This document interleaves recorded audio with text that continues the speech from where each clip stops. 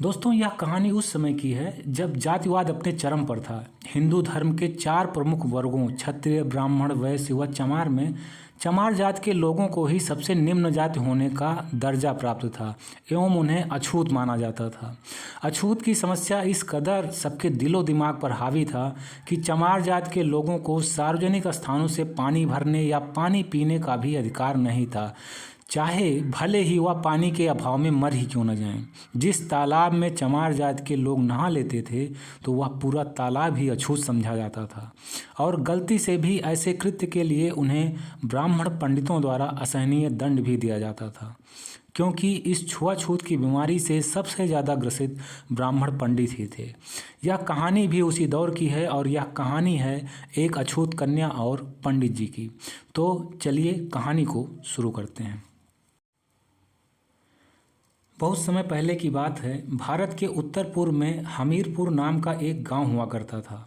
उस गांव में सभी प्रकार की जातियां निवास करती थीं, जिसमें ठाकुर, ब्राह्मण, वैश्य व चमार मुख्य रूप से रहा करते थे। उसी गांव में चमार समुदाय के बीच रामदीन नाम के एक व्यक्ति का परिवार भी रहता था। रामदीन के परिवार में उसकी पत्नी के सिवा उसकी एक जवान बेटी और 10 से 12 साल के 2 बेटे थे। रामदीन ऊंची जातियों के यहाँ नालियाँ एवं मैला साफ करने का काम करके किसी तरह अपने परिवार का पालन पोषण कर रहा था। रामदीन की बड़ी बेटी फुलवा अब 17 वर्ष की हो चुकी थी। फुलवा की मदमस्त जवानी अनायास ही लोगों का ध्यान अपनी तरफ आकर्षित कर लेती थी। ऊंची जात के मनचले लड़के अक्सर ही आते जाते फुलवा के ऊपर अश्लील भरे शब्दों के बाण चलाते रहते थे। चूँकि वह एक अछूत कन्या थी, इसीलिए कोई भी ऊंची जात का उसे छूने की हिम्मत नहीं करता था। फुलवा भी उनकी बातों को अनसुना करते हुए वहाँ से निकल जाया करती थी। एक दिन की बात है, फुलवा पास के ही जंगल से लकड़ी लाने गई थी। वह झुक कर लकड़ियाँ बीन रही थी कि तभी उसे पास की झाड़ियों से कुछ आहट सुनाई दी। फुलवा ने आवाज़ दी, कौन है वहाँ? यह सुनते ही एक शख्स हंसते हुए उन झाड़ियों से बाहर निकला और बोला, अरे फुलवा, मैं हूँ मैं। मुझे नहीं पहचानती क्या? फुलवा ने देखा कि वह तो उस गांव के जाने माने पंडित जी थे। ब्राह्मणों में सबसे श्रेष्ठ व्यक्ति समझे जाते थे। कोई भी उनकी बातों की अवहेलना नहीं करता था। गांव में किसी से कोई गलती हो जाए तो यही दंड देते थे। गांव के निम्न जाति के लोग इनसे बहुत डरते थे। फुलवा यही सब सोच ही रही थी कि तभी वह पंडित जी दोबारा बोले, अरे क्या सोच रही हो फुलवा? मुझे नहीं पहचानती क्या? फुलवा बोली, नहीं पंडित जी, आपको भला कौन नहीं पहचानता। मैं तो यह सोच रही थी कि इस वक्त आप यहाँ क्या कर रहे हैं। पंडित जी बोले, अब क्या बताऊँ फुलवा, तेरी चाहत ही मुझे यहाँ तक खींच लाई है। मन करता है कि अभी तुझे अपनी बाहों में भर लूँ। यह सुनते ही फुलवा बोली, छी छी छी पंडित जी, यह आप कैसी बातें कर रहे हैं? कहाँ मैं एक अछूत और कहाँ आप ऊंची जाति के ब्राह्मण। आपके मुँह से ऐसी बातें शोभा नहीं देती। अरे मेरी फुलवा रानी, तेरी अभी शादी थोड़ी ना हुई है, तू तो अभी कन्या है कन्या, और कन्याएं तो पवित्र होती हैं, पवित्र।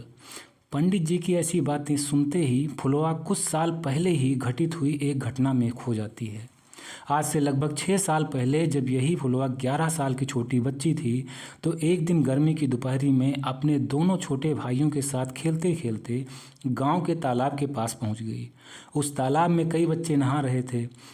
उनको नहाता देख इसके दोनों भाई भी नहाने की जिद करने लगे। फुलवा ने दोनों को रोकने की बहुत कोशिश की, लेकिन जब तक एक भाई को पकड़ा तब तक दूसरा भाई झमाक से तालाब में कूद गया। उसके पानी में कूदते ही सभी ऊंची जाति के बच्चे उसे गाली देते हुए तालाब से बाहर निकल गए। पूरे गांव में इस बात को लेकर हड़कंप मच गया। पंचायत बुलाई गई, सरपंच भी आए, इस पंडित को भी बुलाया गया और रामदीन के पूरे परिवार को भी बुलाया गया। पंचायत शुरू हुई। पंचायत में रामदीन के बच्चों को कठोर दंड देने की बात कही गई, ताकि पूरे चमार बिरादरी को सबक मिल सके और भविष्य में ऐसी गलती दोबारा करने की जुर्रत भी ना कर सकें। सरपंच जी ने दोनों बच्चों को दंड स्वरूप 5-5 डंडे मारने का फरमान सुनाया। यह सुनते ही पंडित जी बोले, अरे सरपंच जी, भला इन अछूत बच्चों को डंडे से मारेगा कौन? क्योंकि जैसे ही डंडा इनके शरीर से छुएगा तो इनको मारने वाला भी तो अछूत हो जाएगा ना। तब सरपंच जी बोले, तो पंडित जी आप ही कोई दंड सुनिश्चित करें।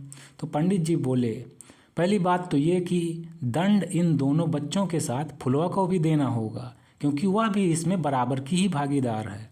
और रही बात इनको सज़ा देने की, तो इन तीनों को नंगा करके एक पेड़ से बांध दिया जाए और गांव के सारे बच्चे इन्हें कंकड़ पत्थर से मार मार कर इन्हें सजा दें। यह सुनते ही रामदीन का सारा परिवार रहम की भीख मांगने लगा। पूरी चमार बिरादरी के लोग बच्चों के लिए रहम की गुजारिश करने लगे, पर हुआ वही जो फरमान पंडित जी ने सुनाया था। फुलवा भी बहुत रोई चिल्लाई कि उसे नंगा न किया जाए, पर उसकी सुनने वाला कोई नहीं था। 11 साल के फुलवा को उसके दोनों भाइयों के साथ नंगा करके पेड़ से बांध दिया गया और कंकड़ पत्थर मार मार कर लहूलुहान कर दिया। तब जाकर सभी के कलेजे को ठंडक पहुंची। आज 6 साल बाद फुलवा के सामने वही पंडित था जो उससे प्रणय निवेदन कर रहा था, जिसने डंडे के छुअन से भी अछूत हो जाने की बात कही थी। आज वही उसे अपनी बाहों में भरने को बेकरार था। आज फुलवा के पास उस पंडित से बदला लेने का अच्छा मौका था। फुलवा यही सब सोच ही रही थी कि पंडित जी फिर बोल पड़े। क्या सोच रही हो फुलवा तुम? देखो फुलवा, अब मुझको गुस्सा आ रहा है। अगर तूने मेरी बात नहीं मानी तो मैं यहाँ से जाकर अभी सरपंच जी से कहूँगा कि फुलवा ने मेरा रास्ता रोककर मुझे छूने की कोशिश की और कह रही थी कि मुझसे मिलन करो ताकि मैं शुद्ध हो जाऊँ, पवित्र हो जाऊँ। फिर तुझे दंड स्वरूप नंगा करके तेरी जवानी का नंगा नाच सारे गांव वालों के सामने दिखाऊंगा। अब तू सोच ले कि तुझे अपनी जवानी सिर्फ मुझे ही दिखानी है या सारे गांव वालों को। मौके की नजाकत को भांपते हुए फुलवा तपाक से बोली, अरे नहीं नहीं पंडित जी, आप तो नाहक ही नाराज हो रहे हैं। मैं तो ठहरी नीच जात की, किसी ऊंची जात से मिलन करना तो मेरा परम सौभाग्य होगा। पर मैं तो यह सोच रही थी कि अगर यहाँ किसी ने आपको मुझ अछूत कन्या के साथ मिलन करते हुए देख लिया तो सारी बिरादरी में आपकी घोर बदनामी हो जाएगी ना। पंडित जी बोले, हाँ फुलवा, बात तो तू सही कह रही है, तो फिर तू ही बता क्या किया जाए। तब फुलवा बोली, ऐसा कीजिए कि आज आधी रात को आप मेरे घर आ जाइए, मैं चुपके से दरवाज़ा खोल दूंगी, आप अंदर आ जाइएगा। फिर सारी रात हम दोनों एक साथ एक ही बिस्तर में रहेंगे, फिर आपकी जो मर्जी कीजिएगा। फुलवा के मुंह से ये सब सुनते ही पंडित जी गदगद हो गए और हाँ ठीक है कहकर चले गए। पंडित जी के मन में तो लड्डू फूट रहे थे। वह कहते हैं ना कि विनाश काले विपरीत बुद्धि। जब किसी के विनाश का समय आता है तो उसकी बुद्धि भी भ्रष्ट हो जाती है। फुलवा झट से लकड़ी उठाकर अपने घर चली गई और अपने माँ बाप से सारी बातें बताई और अपना प्लान भी बताया। फुलवा का प्लान सुनकर पहले तो उसके माँ बाप ने उसे यह सब करने से मना किया, लेकिन जब फुलवा ने बताया कि वह पंडित किसी न किसी दिन हम पे झूठा आरोप लगाकर हमारी इज्जत से खिलवाड़ जरूर करेगा, इससे तो अच्छा यही है कि हम ही उसे सबक सिखा दें ताकि भविष्य में वह किसी के भी इज्जत के साथ कोई खिलवाड़ ना कर सके। तो उसके माँ बाप भी राजी हो गए। उस दिन जब आधी रात हुई तो पंडित जी चुपके चुपके फुलवा के घर पहुँचे। देखा कि घर के बाहर रामदीन सो रहा था। पंडित जी दरवाजे के पास पहुँचे। फुलवा तो पहले से ही उनके आने का इंतजार कर रही थी। उसने दरवाज़ा खोल दिया और पंडित जी को लेकर अंदर अपने कमरे में चली गई। उधर जैसे ही पंडित जी घर के अंदर घुसे वैसे ही रामदीन, जो कि सोने का नाटक करके लेटा था, उठकर झट से दरवाज़ा बंद करके बाहर से कुंडी लगा दी और दौड़ता हुआ सरपंच जी के पास गया और उन्हें बुला लाया और शोर मचा कर अपने घर के बाहर सबको इकट्ठा कर लिया। शोर गुल सुनकर पंडित जी के हाथ पैर फूलने लगे, पसीने छूट गए। दरवाज़ा भी बाहर से बंद था। पंडित जी करते तो अब क्या करते। दरवाज़ा खोला गया। पंडित जी सर झुकाए निकले। देखा सारे गांव के लोग जमा थे। तभी रामदीन बोल पड़ा, देखा सरपंच जी, यह पंडित हमारी बिटिया की आबरू के साथ खिलवाड़ करने के मकसद से हमारे घर में घुसा था। अब इस पंडित के इस कुकर्म की क्या सज़ा देंगे। तभी फुलवा बोल पड़ी, सरपंच जी क्या बताएंगे बाबूजी, बात चमार बिरादरी की इज्जत की है तो सज़ा भी हम ही लोग देंगे। अब हम लोग ठहरे अछूत तो लाठी डंडों से तो सज़ा दे नहीं सकते ना, नहीं तो पंडित जी भी अछूत हो जाएंगे। तो अब इनके लिए भी वही सज़ा दी जाए जो कुछ वर्षों पहले हमें दी गई थी। पंडित जी को पेड़ से बांध दिया जाए और सारी चमार बिरादरी के लोग पत्थर मार मार कर सजा दें। क्यों सरपंच जी, ठीक कहा ना मैंने। फुलवा की बात सुनकर सरपंच जी ने हाँ में सर हिलाया। सरपंच जी और कहते भी क्या, क्योंकि फुलवा ने जैसे को तैसा की तर्ज पर सज़ा मुकर्रर कर दी थी। बस फिर क्या था, पंडित जी को पेड़ से बांधा गया और सारे चमार बिरादरी के लोग पत्थर बरसाने लगे। चंद मिनटों में ही पंडित जी लहूलुहान हो गए। फिर फुलवा ने सभी को रोकते हुए कहा, अब बस कीजिए, इनके किए की सज़ा इनको मिल चुकी है, फिर पंडित जी से बोली, पंडित जी अब पता चला कि जब किसी की इज्जत तार तार होती है तो कैसा लगता है।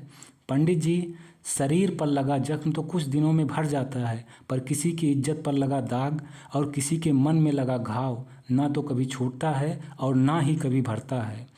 इज्जत तो इज्जत होती है ना, फिर वह चाहे ऊंची जाति की हो या नीची।